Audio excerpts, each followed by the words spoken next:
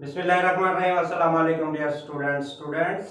जो आज मैं आपको वीडियो जो बना रहा हूँ वो क्लास 9 मैथ जो कि न्यू बुक है, इस साल चेंज हुई है, उसका क्वेश्चन नंबर 6, 7, 8 और 9 जो है ना बनाऊंगा। इसका पार्ट नंबर 2 बनाऊंगा। तो पार्ट नंबर 1 जो है ऑलरेडी बन चुका है, उसमें 1 से 5 क्वेश्चन है। तो इसका जो क्वेश्चन नंबर 6 है वो ये है कि the sum of the age of the father and son is 72 years. 6 years ago the father's age was 2 times the age of son. What was son's age 6 years ago? तो इसका solution करते हैं। तो सबसे पहले हमने देखना है, इसको लेट करना है। लेट क्या करना है? लेट द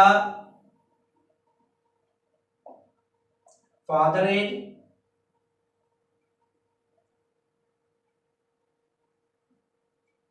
वो हम लेट कर लेते हैं कि एफ है। जब कि हम दी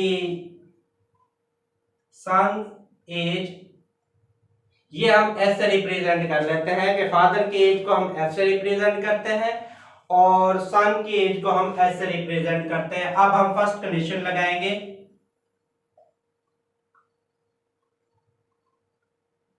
फर्स्ट कंडीशन जो हमारे पास है वो कह रहा है कि द सम ऑफ एज, यानी कि वाले साहब की और जो बेटे की एज को अगर इकट्ठा किया जाए तो वो 72 ईयर्स होती है। कितनी होती है? 72। तो हम ये फादर और सन की एज को हम इकट्ठा कर लेते हैं। तो हमारे पास ये 72 होगी और इसको हम इक्वेशन 1 का नाम दे देंगे। ओके जी। अब वो कहता है 6 years ago the father age was 2 times the age of son. तो सेकंड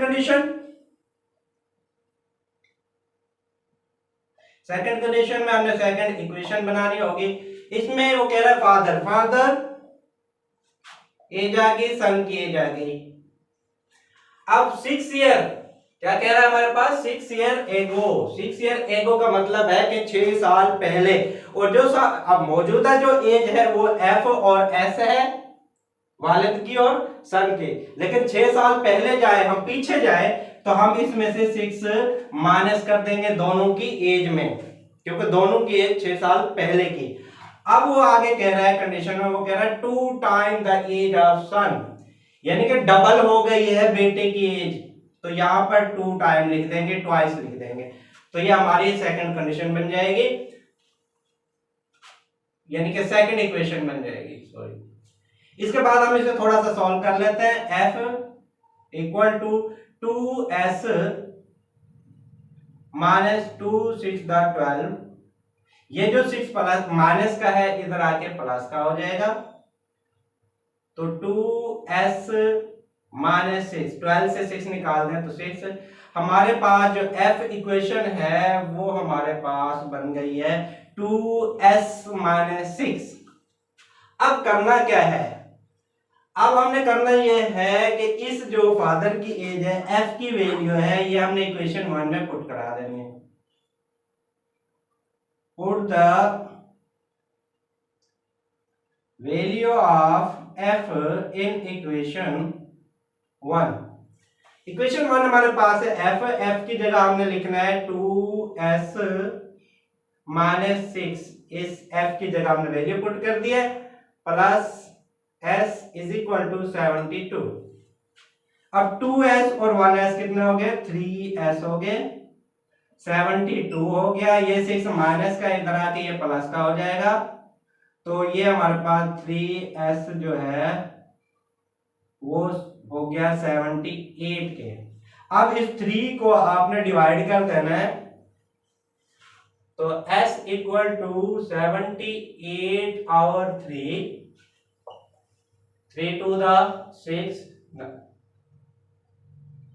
3 to the 6 और 3 6 the 18। तो ये 26 years आ गई बेटे की उम्र जो मौजूदा है।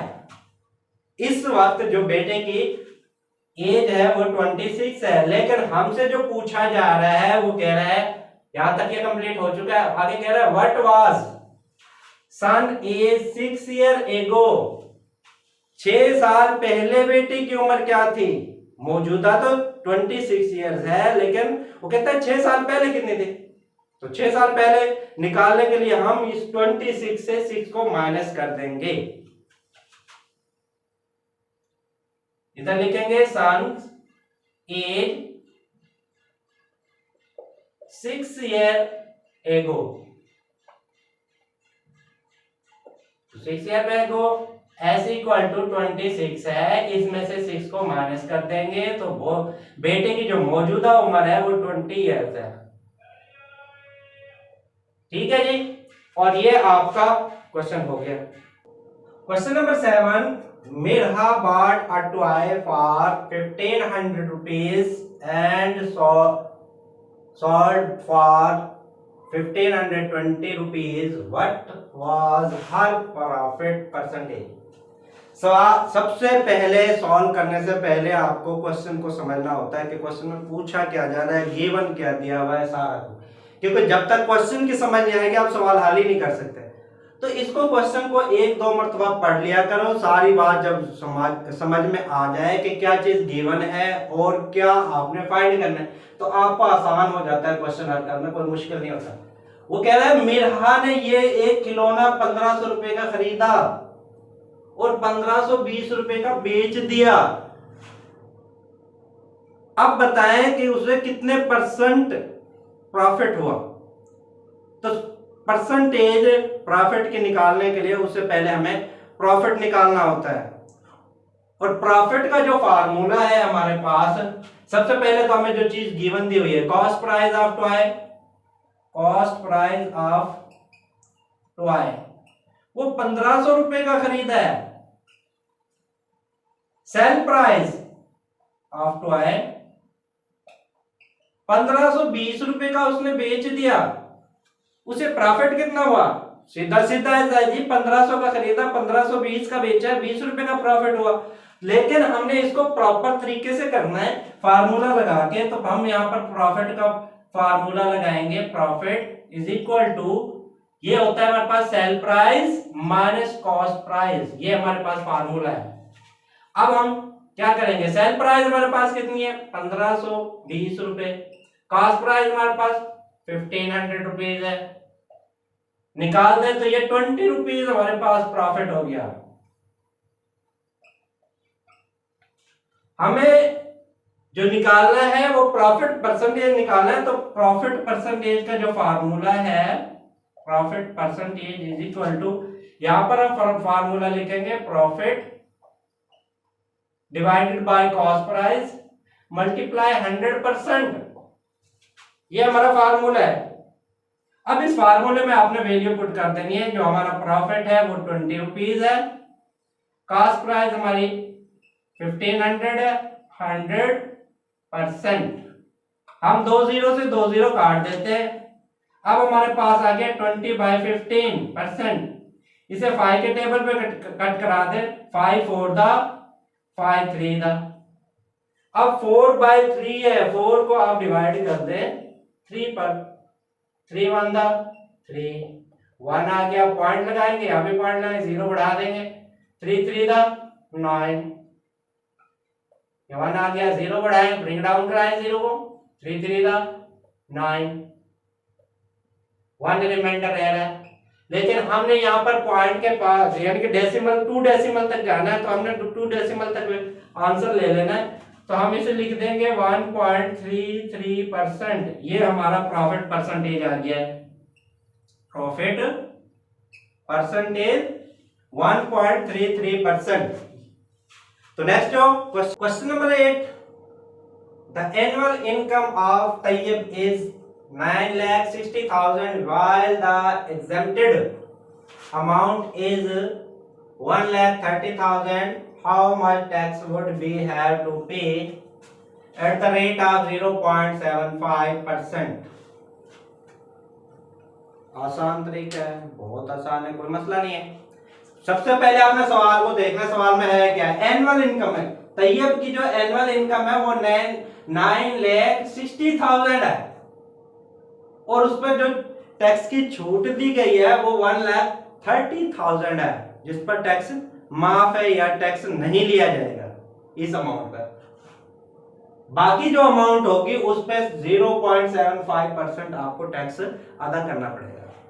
सवाल ये है कि टैक्स बताएं, टैक्स फाइंड करना है इसमें कि टैक्स कितना देना है इस रेट से। चले जी अब क्वेश्चन करते हैं। तो ये हमारे पास जो एनुअल इनकम है जो हमने दी हुई है, जो क्वेश्चन के अंदर दी हुई है, तो सबसे पहले टैक्सेबल अमाउंट निकालेंगे। तो टैक्सेबल अमाउंट ये हो गया आपके एनुअल इनकम।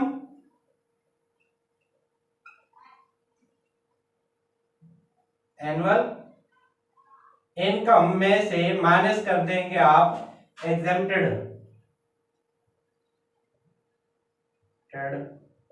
अमाउंट।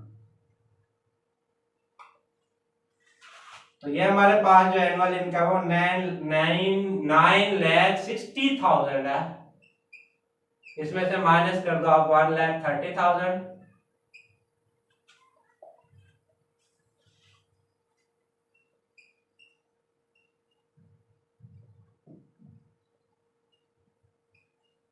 माइनस कर देते हैं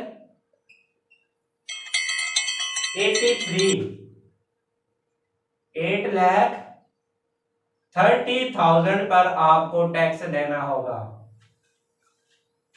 ठीक है जी। अब टैक्स रेट आपका क्या है?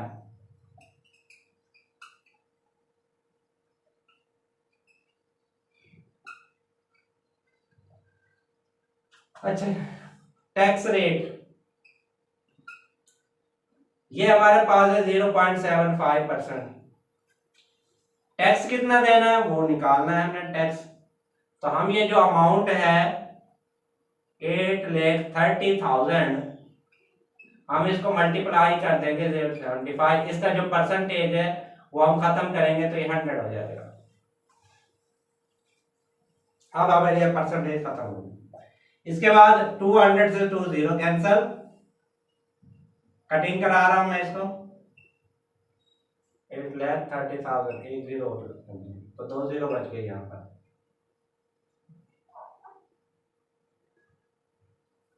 4 0 है ना, ये 4 तो 2 0 इससे कट गई है, बाकी और मल्टीप्लाई 0.75 है। इसका पॉइंट खत्म कर देंगे। जब हम इसका पॉइंट खत्म करेंगे पॉइंट की जगह 1 आ जाएगा और उसके बाद जितनी वैल्यू होती है 2 0। अब हम इसको ये भी कट करा देते हैं। मल्टीप्लाई 75, 83 को 75 से मल्टीप्लाई कर दें, 15 1 कैरी 41 हो जाएगा। ये 21 2 कैरी 58, 5 2 2 6। तो आपको जो टैक्स देना है वो 6,225 रुपीज ये आपका टैक्स बनता है जो आपने पे करना है। तो नेक्स्ट जो क्वेश्चन है, क्वेश्चन नंबर 9 जो इस एक्सरसाइज का लास्ट क्वेश्चन है। Find the compound markup on 3,75,000 for 1 years at the rate of 14% compound annually। तो सबसे पहले जो गिवन हमें दिया हुआ है वो हमारे पास जो अमाउंट है 3,75,000 ये हो गई।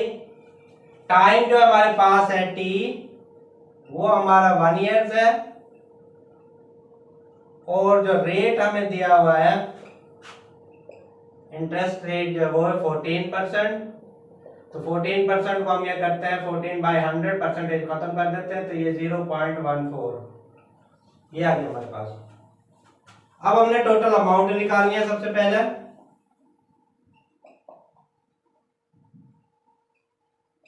टोटल अमाउंट निकालने के लिए हम ये करेंगे कि अमाउंट प्लस मल्टीप्लाई और इसमें हम करेंगे टाइम प्लस रेट इसको प्लस कर दें तो अमाउंट हमारे पास है 3,75,000 और ये हमारे पास आ गया टाइम 1 ईयर्स का और रेट हमारे पास 0.14। 375 मल्टीप्लाई इन दोनों को प्लस कर देंगे 1.14 हो जाएगा। अच्छा जी, अब करना क्या है, अब इन दोनों को आपस में मल्टीप्लाई करें। जब मल्टीप्लाई करेंगे तो हमारे पास जो आंसर आ रहा है वो 4,27,500 आ रहा है रुपीज। अब इसे हम हल भी कर लेते हैं इसको। ये 3,75,000 मल्टीप्लाई 1.14, 4 0 0, 4 5 20, 2 कैरी, 4 7 28 और 2 30, 4 3 12 और 3 15। 1 के साथ इसको मल्टीप्लाई कर दें। अगेन 1 के साथ मल्टीप्लाई करेंगे।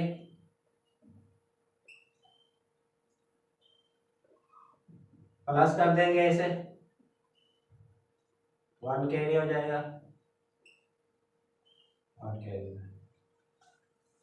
तो ये हमारे पास आ गया। अच्छा, अब हमने देखना है पॉइंट के बाद दो वैल्यू है तो हम यहाँ पर भी पॉइंट के बाद 2 वैल्यू लगाएंगे। यहाँ पॉइंट लगा देंगे तो हमारे पास ये जो आ जाएगा 427,500।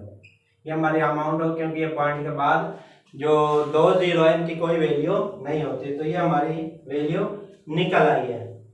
अब हमने मार्कअप निकालना है, तो मार्कअप निकालने का आसान तरीका है, उसका फार्मूला लेना है। तो मार्कअप होता है कि टोटल अमाउंट माइनस कर देंगे इसमें से जो हमारे पास ओरिजिनल जो कंपाउंड है की वैल्यू है वो हमारे पास है, जो कंपाउंड की वैल्यू यानी कि जो प्रिंसिपल है ये टोटल अमाउंट हमारे पास है 4,27,000 और इसमें से हम माइनस कर देंगे 375,000। तो इसको हम माइनस करते हैं, अब माइनस इसमें से कर देते हैं 3 लाख। तो ये 0,0,0,7 3 0,0,5,2 यहां से कैरी इसको देंगे, ये 12 हो जाएगा। 12 से 7 निकालना है 5 या 0। तो ये हमारे पास जो आ गया 52,500 रुपीज, ये हमारे पास निकल आया है। जो है मार्कअप जो हमने देना है, अदा करना है, ये हमारे पास आंसर आ चुका है। एक तरीका और भी है इसका, जो शॉर्टकट तरीका है, लेकिन वो शॉर्टकट जब लगेगा जब आप जो है ना, आपका जो एनुअल यानी कि टाइम जो है वो 1 ईयर्स का हो, फिर आप डायरेक्ट में इसको कर सकते हैं। उसका सेकंड मेथड भी मैं आपको बता देता हूं इसी सवाल का। वो आसान से ही है, कोई इतना बड़ा मुश्किल नहीं है। वो ये होता है कि आपके जो ये प्रिंसिपल है, मार्क अपना अपने निकालना है। मैं सेकंड वे बता रहा हूं, शॉर्टकट।